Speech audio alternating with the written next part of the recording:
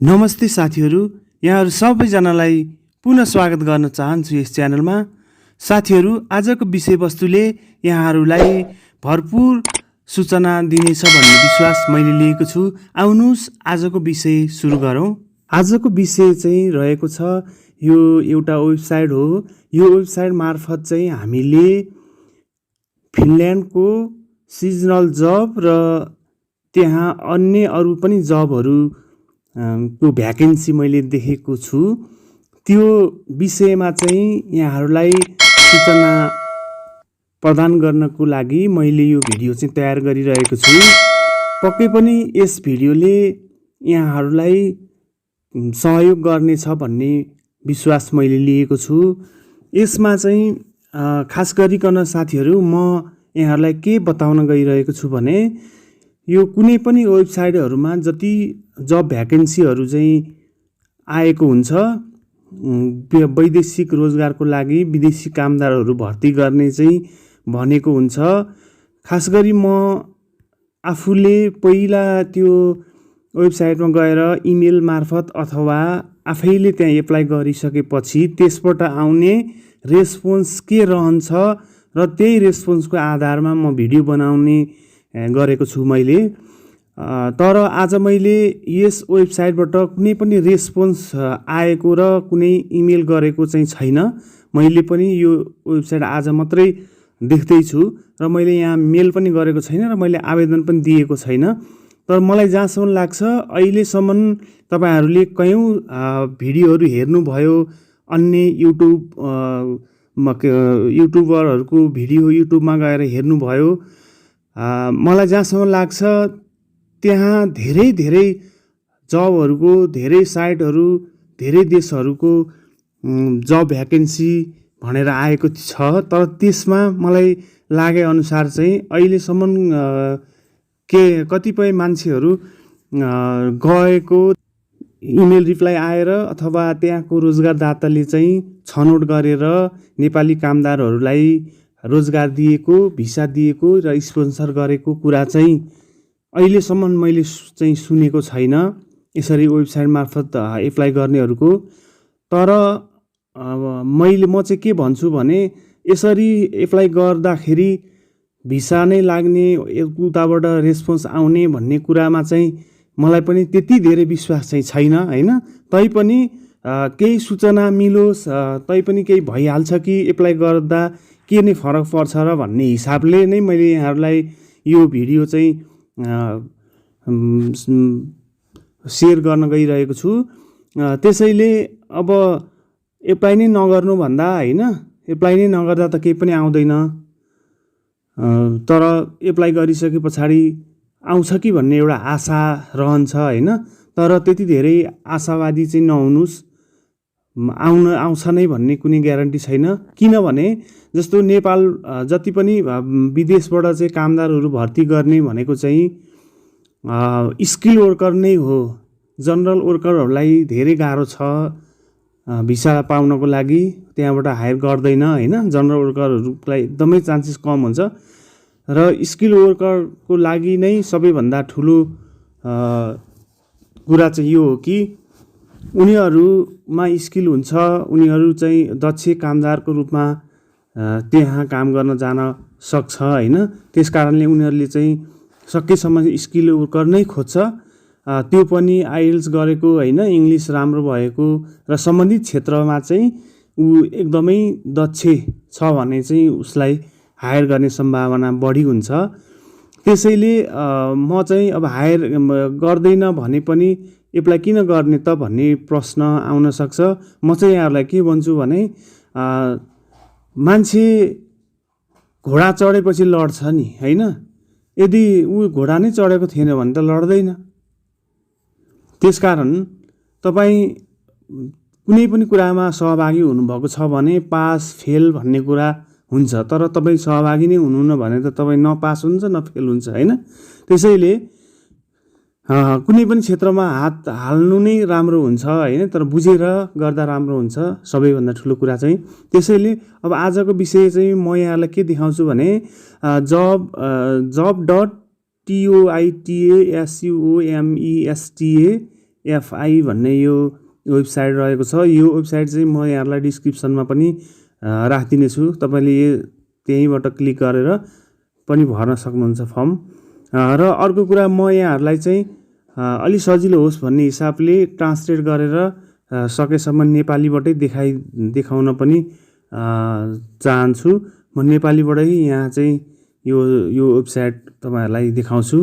जस्तो यो वेबसाइटमा चाहिँ मौसमी कामहरू, फिनिस ग्रामीण इलाकाले गर्मीको समयमा विभिन्न कृषि क्षेत्रमा रोजगारीको अवसर प्रदान गर्दछ भनेर लेखिएको छ यसमा। अब यसमा एउटा आवेदन पठाउनुहोस् भनेको छ हैन।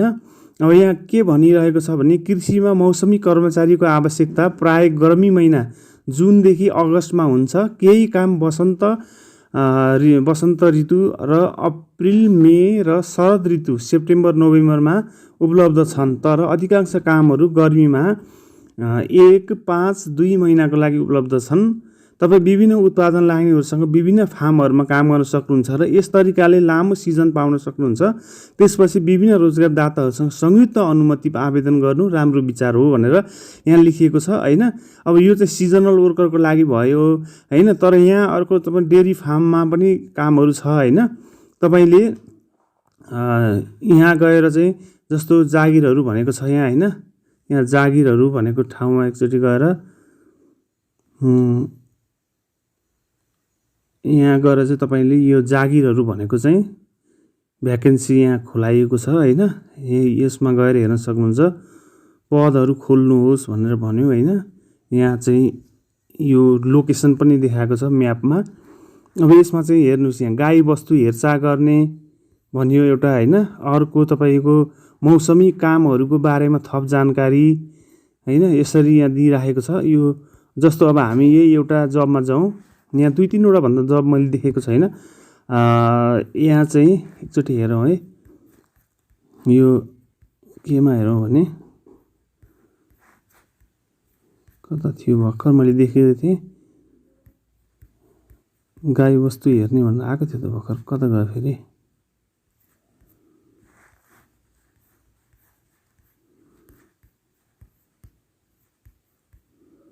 बारेमा थप जानकारी, आलुको यात्रा जागिर फेरि थियो त भर्खरै।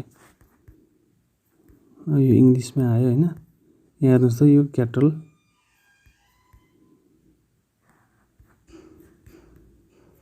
यो किन यसले आज दिइराखेको छैन।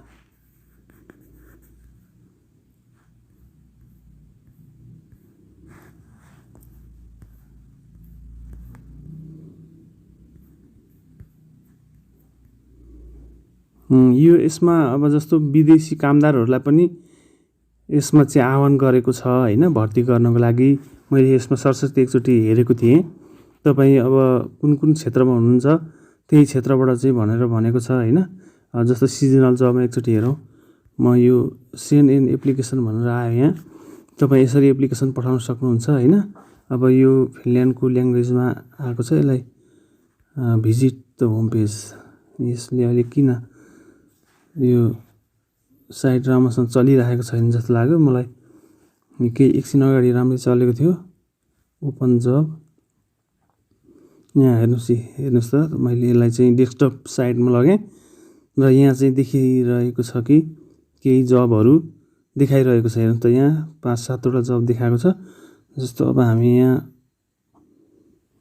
क्याटल किपर, बार्न वर्कर यस्तो भनिरहेको छ नि, बार्न वर्कर। अब यसमा हामीले क्लिक गर्यो भने यहाँ चाहिँ हेर्नुहोस्, तपाईँले यहाँ देख्न सक्नुहुन्छ यिनी cattle role in primary production agriculture northern Ostrobothnia भन्यो यहाँ। अब यहाँ तपाईँ यो राम्रोसँग पढ्नुहोस् हैन। यसै गरी तपाईँले यहाँ गएर चाहिँ फर्म भर्न सक्नुहुन्छ। जस्तो तपाईँको मदर टङ के हो हैन। Are you Finnish language skill, mother tongue होइन यो हैन। I have in the right and skill, I work independently. यो तपाईँले यहाँ छान्दै जानुहोस्। I don't know the language, तपाईँलाई फिनिस ल्याङ्ग्वेज थाहा छैन भने यहाँ तल गएर थाहा छैन भन्नुहोस्। र यसै गरी तपाईँले आफ्नो लिङ्कडिन एकाउन्ट चाहिँ छ, त्यसमा तपाईँले आफ्नो डिटेल्स राम्रोसँग राख्नु भएको छ कुन सेक्टरको हो भनेर भने तपाईँ डाइरेक्ट लिङ्कडिनमा गएर पनि अथवा फेसबुक मार्फत पनि तपाईँले एप्लाई गर्न सक्नुहुने रहेछ। जस्तो अब तपाईँले यो साइटमा गएर फर्म कस्तो रजिस्टर गरेर पनि लगइन गर्न सक्नुहुने रहेछ होइन। यो चाहिँ एउटा साइट हो।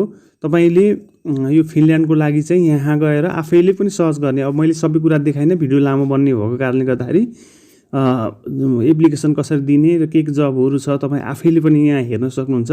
तपाईँ यति पनि हेर्न सक्नुभयो भने त होइन, तपाईँले के काम गर्नुहुन्छ त बाहिर गएर। त्यसो हुँदाखेरि तपाईँ यो वेबसाइटमा गएर राम्रोसँग एकचोटि उनीहरूको कुराहरू हेर्नुहोस् होइन, एफएक्यूमा गएर पढ्नुहोस्। त्यसपछि तपाईँ कन्ट्याक्ट असमा के छ उनीहरूको इमेल एड्रेसहरू अथवा के छ के इन्क्वायरी गर्ने मेल हुनसक्छ, त्यसमा मेल गर्नुहोस्। पहिला आवेदन दिनुभन्दा अगाडि पनि मेल गर्नुहोस् अथवा आवेदन गरिसकेपछि पनि मैले यसो गरेको इमेल गरेको थिएँ आवेदनको लागि भनेर तपाईँले मेल गर्नुहोस्। यसलाई केही पठाउनुहोस्, सोध्नुहोस् होइन। त्यस पछाडि तपाईँलाई केही रिप्लाई आउन सक्छ। यो चाहिँ मैले तपाईँहरूलाई सरसर्ती एउटा जानकारी गराएँ। भिडियो कस्तो लाग्यो कमेन्ट बक्समा कमेन्ट छोड्न नबिर्सनु होला। आगामी दिनमा यस्तै सूचनामूलक भिडियोहरू प्राप्त गर्नको लागि च्यानललाई सब्सक्राइब र बेल आइकनलाई क्लिक गरिराख्नु होला, नोटिफिकेसन अन गरिराख्नु होला। तपाईँलाई सजिलो हुनेछ। मैले अपलोड गर्ने भिडियोहरू तपाईँले तुरुन्त प्राप्त गर्न सक्नुहुन्छ। त्यसो गर्नुभयो भने भिडियो अन्तिमसम्म हेरिदिनु भएकोमा यहाँहरू सबैजनालाई धेरै धेरै धन्यवाद।